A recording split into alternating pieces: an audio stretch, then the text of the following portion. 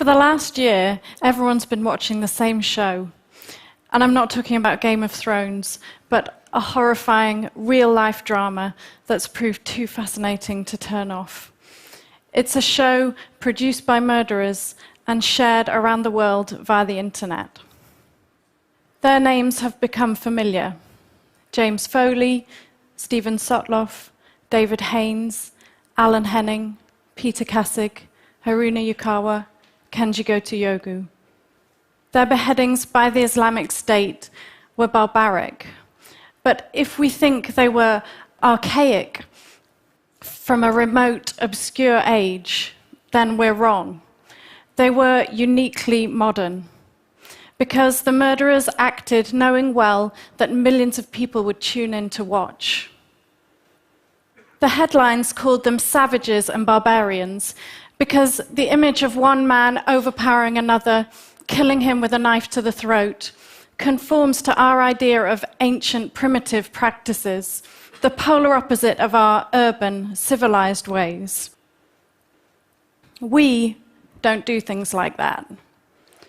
But that's the irony. We think a beheading is nothing to do with us, even as we click on the screen to watch. But it is to do with us. The Islamic State beheadings are not ancient or remote. They're a global 21st century event. A 21st century event that takes place in our living rooms, at our desks, on our computer screens. They're entirely dependent on the power of technology to connect us. And whether we like it or not, everyone who watches is a part of the show. And lots of people watch. We don't know exactly how many, it's difficult to calculate.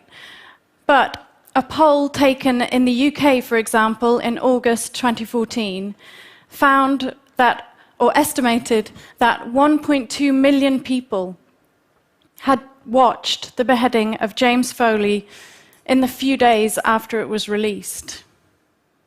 And that's just the first few days, and just Britain.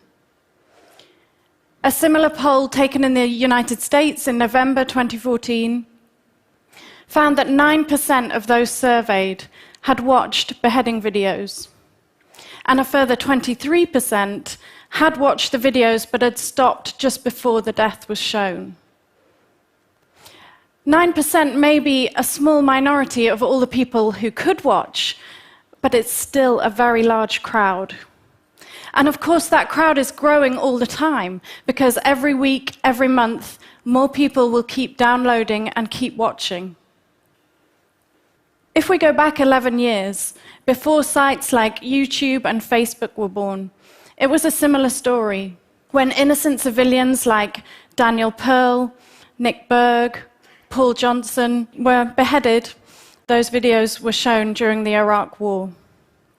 Nick Berg's beheading quickly became one of the most searched for items on the internet.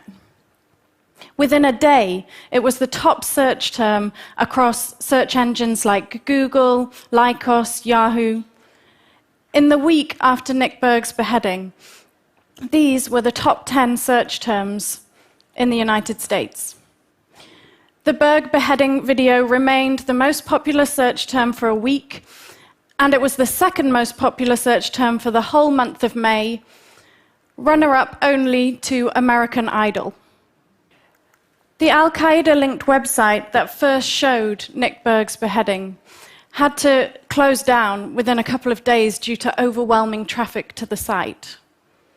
One Dutch website owner said that his daily viewing figures rose from 300,000 to 750,000 every time a beheading in Iraq was shown.